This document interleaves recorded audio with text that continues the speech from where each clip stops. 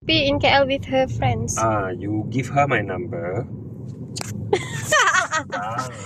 Ni untuk apa? Ni apa? Weh, takut ni benda apa Brian? Cuba mungkin lah. Dah lah tadi jumpa ayah. Allahumma salli ala sayyidina Muhammad. Maghrib ni apa ni Ahmad Brian? Oh, apa ni? Take this way. What is this way? Fossil. Apa ni?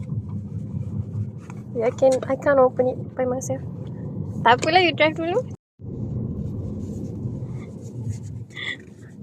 Dia tengah drive. Ketat lah. Apa tu? Weh! I forgot to tell you. I tak boleh pakai jam. Oh, really? Eczema. Weh. Cantiknya. Oh.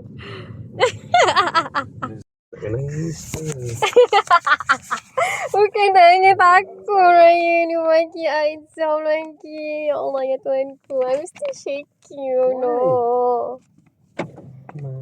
Allahu Akbar. Tak apa, let me wear this.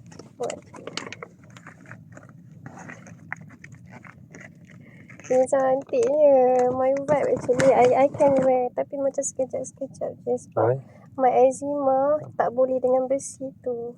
Ya kah? Kalau leather, tak boleh. Leather, I'm not sure. Tapi memang doktor dia cakap I hanya boleh pakai. Jadi macam I nak bagi tahu you later on.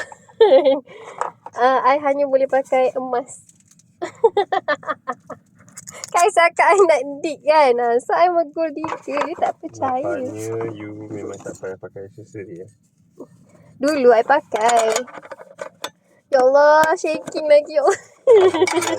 Kalau begini. Tengok, dia ada dek my sugar mommy ni. Bagi berapa ibu ni Brian. Satu je. My sugar mommy belikan jam. Dah balik. I tak nampak je ni. Okay.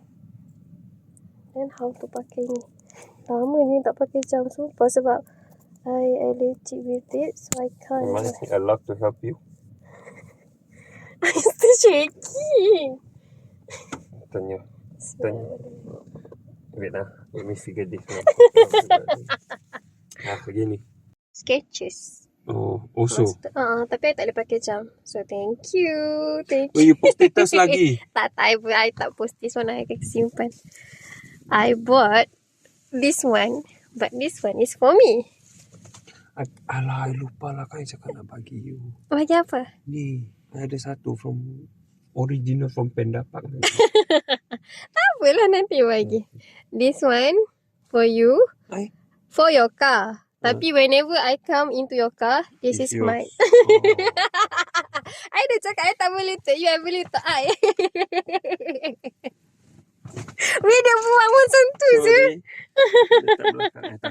Terima kasih. I dapat payung lagi.